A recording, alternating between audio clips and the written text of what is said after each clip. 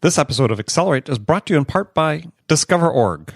Looking to close 4 times as many deals in half the time? Discover.org's industry-leading, human-verified sales intelligence gives you all of the data and insights like direct dials, org charts, planned projects, verified emails, and executive moves you need to stop wasting time on research and spend more time talking to the right decision-maker with the right message at the right time. Their team of 250-plus sales researchers do all the work so that you don't have to.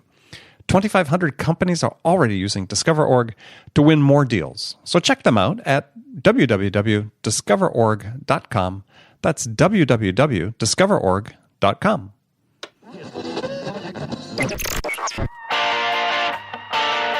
It's time to accelerate. Hey friends, this is Andy.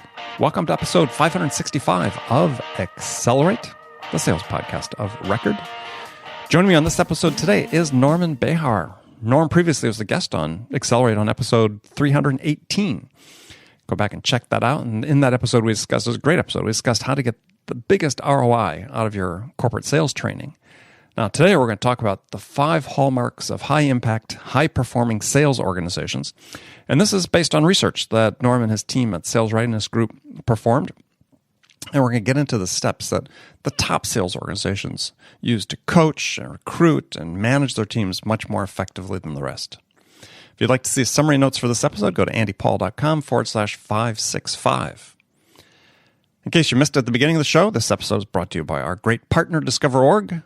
The Discover.org platform is a game changer for sales, marketing, and staffing professionals. And this feature-rich sales intelligence platform is supported by a team of more than 250-plus researchers who are continually updating the contact data and providing account-specific insights to help salespeople, marketing teams break ahead of the pack. So see the product. You can do that live at discoverorg.com/schedule-demo.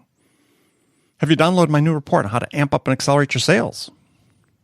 Every sales team hits a slow patch from time to time, and it's how quickly you rebound, how quickly you bounce back, that can mean the difference between a great year and a so-so year. So this report is based on the input of over 300 of the world's leading sales experts, people I've interviewed right here on this show on Accelerate. And this report contains a prioritized step-by-step guide to the recommendations of these experts. So you want to get yours right now. A lot of great content here. The report is free. Go to accelerate.fm/accelerate. That's accelerate.fm/accelerate to get your free copy right now. Finally, before we get to the interview, I do want to remind you that I want to hear your questions about sales and sales management, the challenges you're facing, and how we can possibly help you. So send your question that you want answered. You can send that to me at andy@andypaul.com. And each week I'll choose one question from those submitted the previous week to answer on my Friday show with my friend Bridget Gleason. And the winner, the person who's submitted the question that we choose for the show, will win a free half-hour coaching call with me. That's a $250 value. So don't delay. Submit your question today. That's at andy@andypaul.com. All right, let's jump into it. Norm Behar, welcome back to Accelerate. Andy, great to be back. Thank you. Yeah, our pleasure to have you back. So have a new standard question I ask all my guests when they come on the show. And this question is, in your opinion, what is the single biggest challenge facing sales teams today? I think the biggest challenge facing sales teams today is probably a qualification. I think that companies, particularly companies that are pretty progressive with social media and online advertising, are generating a lot of leads. And the problem is that there's a disconnect between the leads and the actual number of opportunities that make it into the sales funnel. And I think lead qualification has changed dramatically based on the aggregate number of leads. So when a salesperson used to do all their own prospecting, a lot of cold calling, you think back a number of years, they basically, had a lot more input as to which leads they would follow up on. When that lead generation is being done either through a dedicated team or coming over from marketing, there's quite a bit of noise in the leads, and being able to really figure out through questioning skills which leads are really qualified and which leads need nurturing is probably the biggest challenge we see in terms of working with our clients. Okay. I mean, I was just talking to somebody earlier today that based on a study, I forget who had done the study, but that is pretty recent within the last year, is that still just a tremendous number of high percentage of leads not being followed up. And really, this conversation I was having was in the context of sort of the future of selling with AI and bots and so on. And this person was sort of making the point as well. Yeah, bots would be perfect at doing all this follow up because they have no conflicts on their time. They just can follow up as much as they want. But why does it still seem to be such a struggle for us to follow up with leads? Because I think that the salespeople are smart and they're going to follow the path of least resistance to the most dollars. And when they see leads that someone downloaded a white paper, and if they don't necessarily have the exact title that they're looking for, or the white paper doesn't necessarily correspond to a business need, they're already thinking this has low probability. So many of the leads today are, what I would call even way above the top of the sales funnel. And they're based in a lot of cases on content marketing. We do a lot of content marketing ourselves. So we think it's great. But just because someone shows interest in content doesn't mean they're a sales qualified lead. And I think that's why salespeople are starting to self-select what leads to follow up on. And I think a lot of organizations for that reason are basically breaking their sales organization into two components. One that really follows up on the leads, and that's kind of their total responsibility is follow up and qualification. And another that takes over once the leads are qualified. I'm not giving an opinion as to whether that's better or not better. I'm just saying the reality is that there's a lot of leads that are coming in that are based on content marketing that may not in any way be sales ready. Well, I think that's one of the problems we have in sales these days is really trying to understand what is better and what isn't. Right, and I think that this kind of gets a little bit as much in the realm of marketing as it does in sales, and that marketing really needs to work on, who is the target market. They can probably get a lot of input from sales, and also looking historically at who the company's been successful, what the win rates have been. But you also start to create personas, and you can start doing some lead scoring. And I think that the systems today are pretty sophisticated, the marketing systems, where you can actually kind of create personas in terms of the profile of the person and the level of interest. And then with that lead score, you can start to categorize your leads as to which ones are closest to sales ready, maybe a little bit more distant. Again, that kind of gets a little bit away from manual intervention, but at least uses some business rules. Could be on industry, company size, title, and what piece of content they downloaded that would generate the lead score. Yeah, very interesting. Very interesting.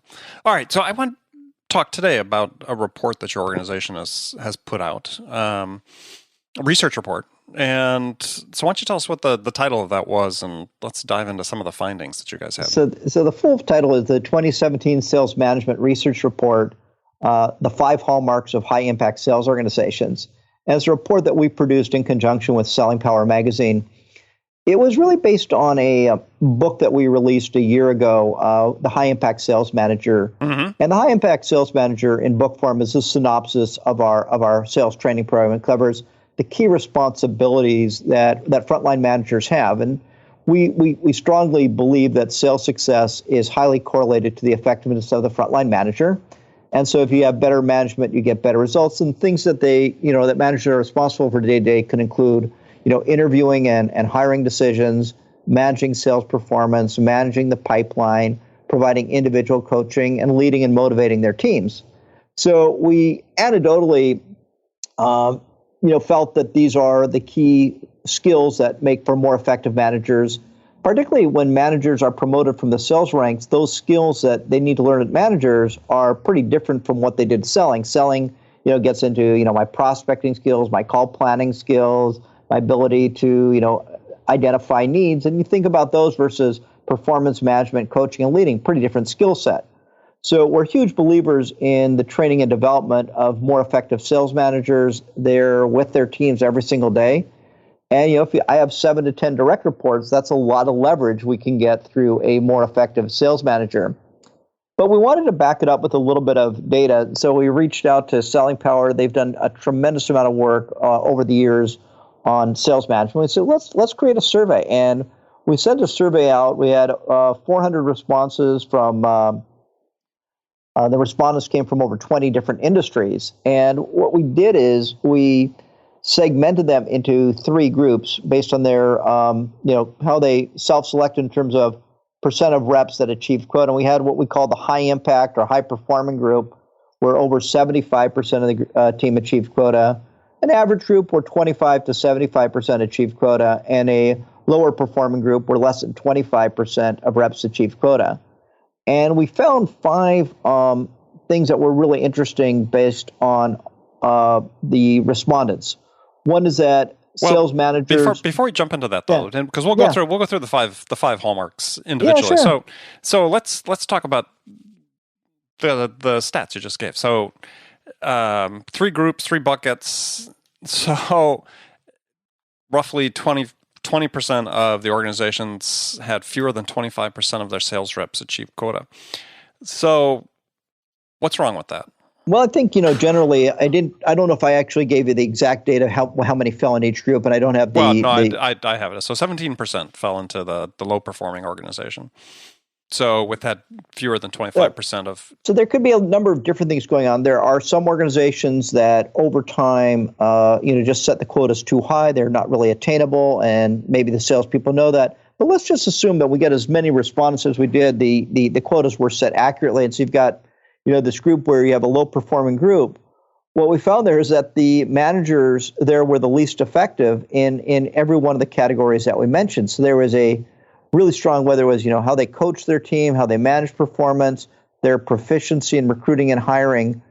Their managers were not as well skilled, and there was actually much lower investment in the training and development of those managers than there were in the middle or high impact. So there probably are a number of factors going on. It could be the industries that these companies were in. It could be the way they set quotas.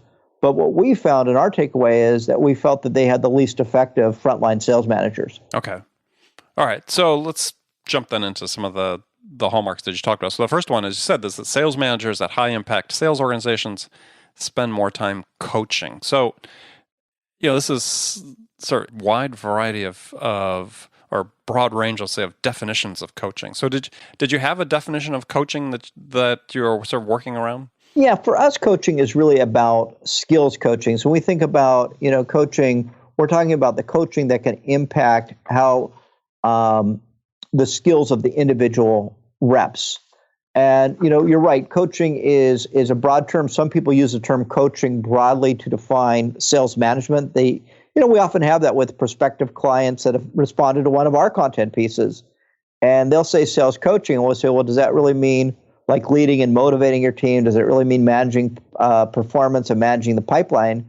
And they'll say yes, and then we'll explain that based on our definition, that's a lot more than sales coaching. But typically there are two aspects to sales coaching. There's opportunity coaching, which is really closely related to managing the pipeline. Right. It's providing strategic advice as to how you work with specific opportunities to advance those sales opportunities. And most sales managers, in particular those that actually came through the sales ranks, are pretty good at that because they have a background in sales. They may have been, I think, in well over half of the companies that we work with, the managers, over half of the managers are promoted from within. So these sales managers are pretty good at providing strategic advice as to how to move opportunities forward. And obviously there's some training that we offer and others offer as to how they can do a better job of opportunity coaching. The area that they struggle with is just because I was a star salesperson doesn't mean I can help another person improve their selling skills. In fact, if we think, take analogies from the sports world, we often find that the best players do not always make the best coaches. And that could be for a number of reasons, maybe because things came really easy to them. And maybe they also don't really have the temperament to work with others. But ultimately, coaching is very different than managing. Coaching is done from the side and very collaborative, and management is a little bit more top down, as is leadership. So more directive for sure. Yeah. So we want, what we're really focusing on is helping those salespeople become better at their core job, which is selling. And typically that's a little bit more longer term oriented than just what I would call opportunity or deal coaching, which is much more near term focused. And so how did you measure, you said that they're far more proficient at sales coaching in the high impact sales organizations. How do you measure proficiency? at coaching? Well, again, this was based on, their own rating of their proficiency. But we know if we look at, some of the type of questions that we would ask in there, do they make coaching a collaborative process? Do they assess the salesperson's knowledge and skill levels? Are they developing personalized coaching plans for each one of their salespeople? Mm-hmm. Do they plan and maintain an organized coaching schedule? And do they follow a defined coaching process? So they self-selected as to how important they felt each of these skills were, as well as how proficient they were. And we found a pretty wide disparity between each of the groups in terms of, if I aggregated those, what the proficiency looked like at the high impact group versus the average versus a low performing group. Yeah. I mean, one of the things that stood out is that in the high impact organizations, you said that the managers spent a greater percentage of their time coaching, more than 20% of their time coaching. And I was sitting there thinking, I said, okay, well, really, and maybe this through your work, is so what is an ideal percentage of time, if there is such a thing, that sales managers should be spending coaching versus admin work, sales management, deal reviews, and so on? So it's a great question, and I think the number varies depending on the size of the sales team and also the nature of the sales team, and I'll explain. So what we did find is that something like 65% of the managers in the high performing group spent more than 20% of their time coaching, whereas in sharp contrast, only 40% of the managers in the low performing group spent 20% of their time coaching. The ideal that we recommend for our clients is somewhere between 20 and 40% of their time. We recognize that managers need to attend meetings, managers have forecasts to prepare, managers have a lot of other responsibilities. But the one that we think can have the biggest impact, and I think the survey bears out in terms of importance, is sales coaching. So 20 to 40% of their time should be spent coaching. What are some of the dependencies is if they have an inside sales team where they can actively listen in on calls, they could be very, very efficient with their time, and that allows for probably a greater amount of time. If they have a widely distributed team, let's say I'm a national sales manager and I've got a team of 10 and distributed in 10 cities across the United States, the amount of formal sales coaching I can do, where I actually go along and actually go out and observe sales calls, might be a lot more limited. So I think depending on the number of people they manage and the nature of the people they manage, the actual times could vary. But I think if a manager's in that 20 to 40% range, they're probably in that what I would call optimal range, Andy. Yeah, well, I think one of the key factors or stats, data points that I saw in there that was certainly consistent with other things I've seen and with other guests I've talked to about this, but is still quite disturbing, is that, let's see, you said that 29% of managers in high impact organizations are far more likely to participate in sales coaching training. But the problem, use our caveat that whole thing with, is that 73% of all managers receive no coaching training. So, it seems like we should have learned the lesson already that one of the highest ROIs you get in your investment in training is in your managers. And certainly this report, I think, bears that out.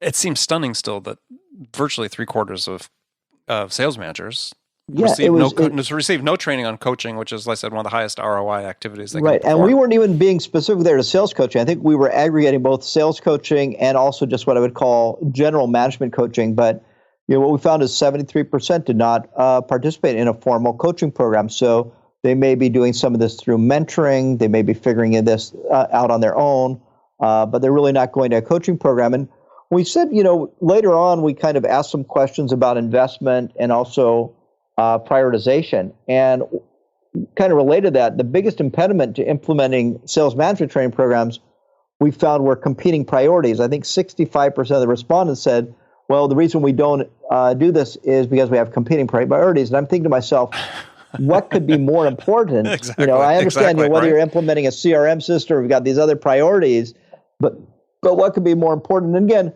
that question was around sales management broadly, but in particular, if someone, we have a lot of clients who say, hey, we're really interested in a sales management training program. You guys offer a number of different workshops in the area. Which one's going to have the highest impact?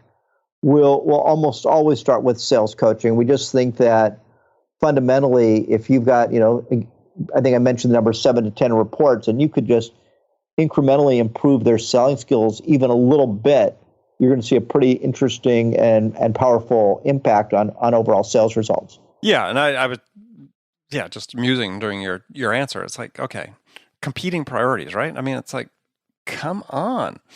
It's sort of a piece with other things we've read about in the last couple of years with sales managers, increasing demands on their time to be sort of the metrics jockeys, that for their sales organizations, and spending all the time on the detailed and data analysis, as opposed to, there's something that would really make somebody better, which is coaching. And let's invest in them to make them better at it.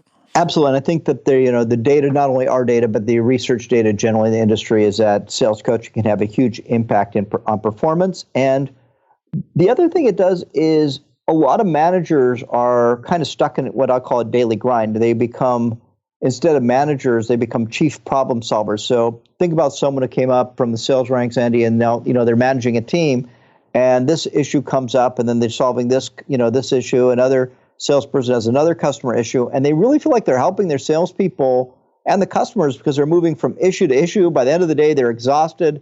They've had a really busy day, and they've helped in a number of areas.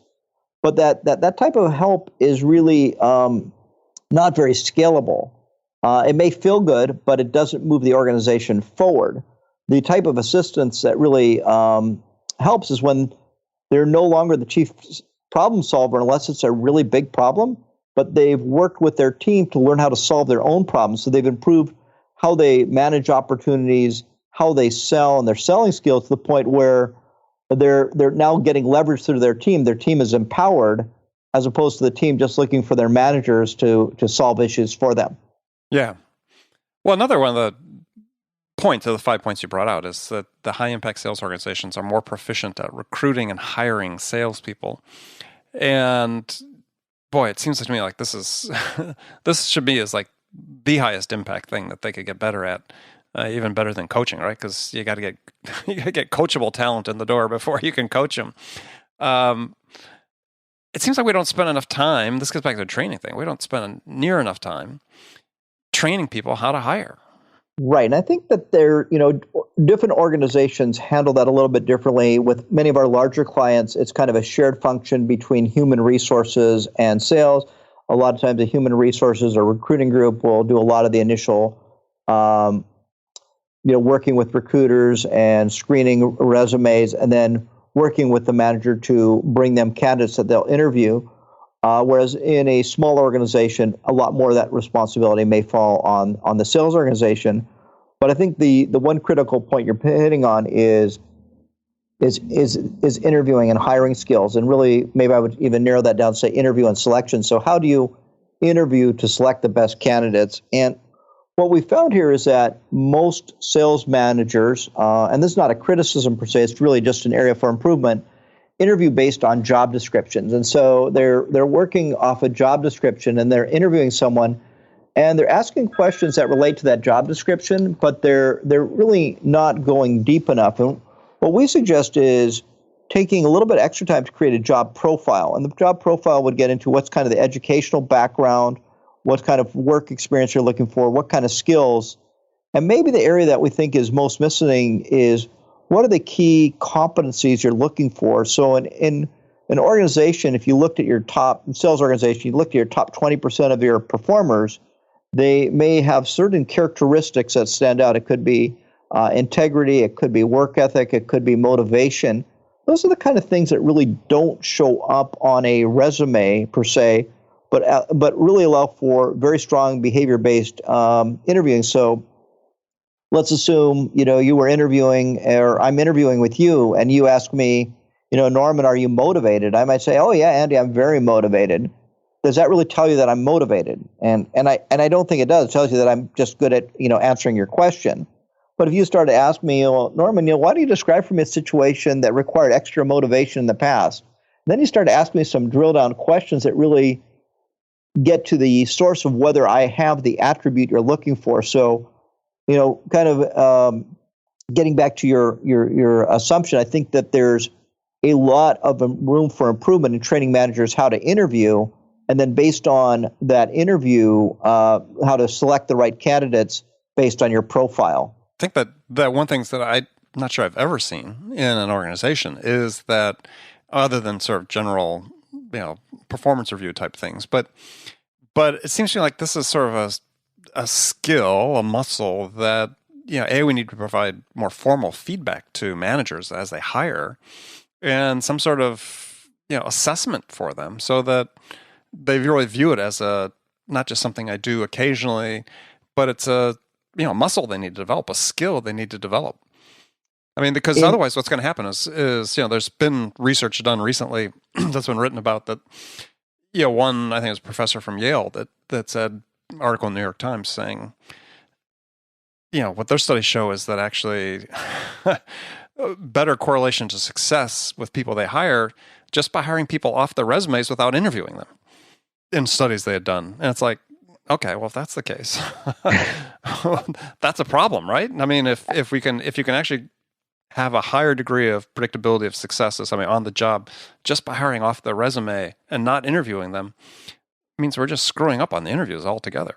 Absolutely, and I think that interviewing is a skill, and I think that in many ways it resembles selling. In that one of the questions you asked before is what is one of the areas where I think salespeople have the greatest room for improvement, and the answer I gave you was asking great questions. And I think that most managers, they prepare for their interview maybe 5 minutes before the candidate walks in. Maybe they take a quick look at the resume, the work experience, and the educational background, maybe a few of the accomplishments. So they're just glimming a few items, and they're kind of winging the resume.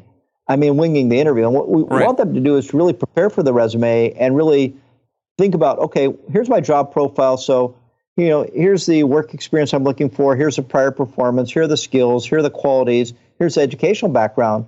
And then develop a question set that really gets to the discovery of whether this person is the right candidate. And it ties closely to sales also in that when, someone says there's a great sales call, I'll often ask, well, how much of the conversation was led by you? And how much of it was really customer driven? And we're looking for at least 2/3 of the conversation to be customer driven. I'd ask that exact same question about an interview. So many managers are focused on selling the position in the company that they do all of the, or substantially all of the talking, as opposed to being in listening mode. So if they can prepare great open-ended questions that really get to the skills and attributes they're looking for, they're going to have a much better basis for criteria if 75% of that time is spent listening to the candidate. Well, one of the things that research pointed out was that interviews are effective when you set up your process such that, assuming the person comes in and they interview multiple people, is that they all ask the exact same questions. Right, and I think that gives you, we have a tool in our workshop, but whether someone has a formal tool or not, by asking kind of the same question set, you can then do a great job, of taking your top 3 candidates and looking at how well they stacked up relative to each other. And it's not going to be a perfect science, but I think it gives you a much fairer basis for comparison.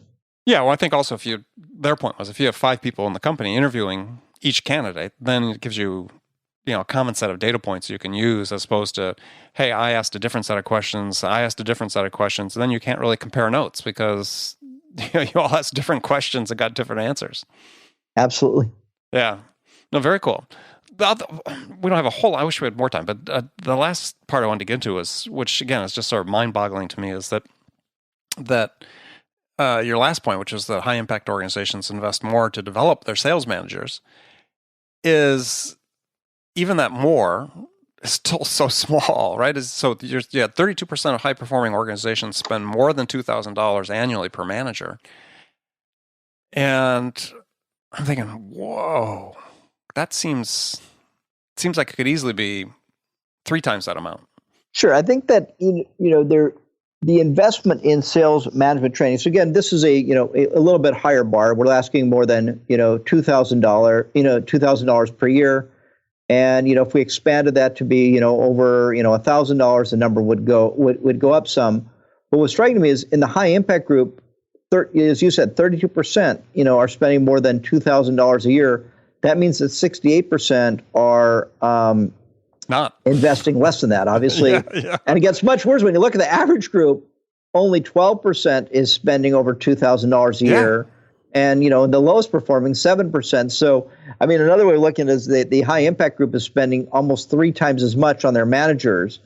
But if you kind of flip it on its head based, the way you asked your question, what we found is across all organizations, 45% reported that they didn't have the resources or the budget to invest in the training of their managers. And so think about that. That's really close to zero investment in almost half of the managers. And then, a lot of the data, if we got a little more granular, at are very marginal rates. The reason we focused on 2000 is we started thinking about, what's a reasonable amount to invest in a management development program. Your good programs typically run anywhere between $1,500 to maybe $3,000 per employee if you're going to have a well, thought out program that's tailored for the individuals and includes reinforcement. So again, I think that, kudos to those organizations that are making the investment. And I also think it shows that there's a lot of room for improvement, which is why we were excited to, do this report and, work with Selling Power, because we thought there were some really interesting insights to share. And of course, anyone who wants to get a copy of the report could certainly visit us on our website and download a copy. Well, I thought, to me, the most distressing part of that number about how much is not invested in sales manager training is that it's the ripple effect. So, one of the things that's widely decried about sales reps in general is they're not investing enough. Either companies aren't investing enough in their professional development, or they themselves are not. Oftentimes you hear expectations. Why aren't you investing your own time and money to improve your skills and your craft and so on? Which fine, we can have a whole separate discussion about how much pressure we should put on people to do that. But if the managers aren't getting trained, then you have a pretty high degree of certainty that they themselves then are not encouraging their sales teams to go out and invest in their own development. So I don't have any data to support that, but our advice to a company is if they have a limited budget, I would train the managers first as opposed to the frontline sellers, because ultimately the training is only a small portion of the total amount of time that a salesperson is working during the course of the year. And the managers are with those salespeople every single day. So coaching in many ways can be as effective as training. In fact, it's a lot more personalized. So one person needs help on managing objections, another person needs help on closing, another person needs help on qualifying. That gets to a level of granularity you wouldn't have in training. So obviously, we're in the sales training business. We believe firmly in training sales organizations.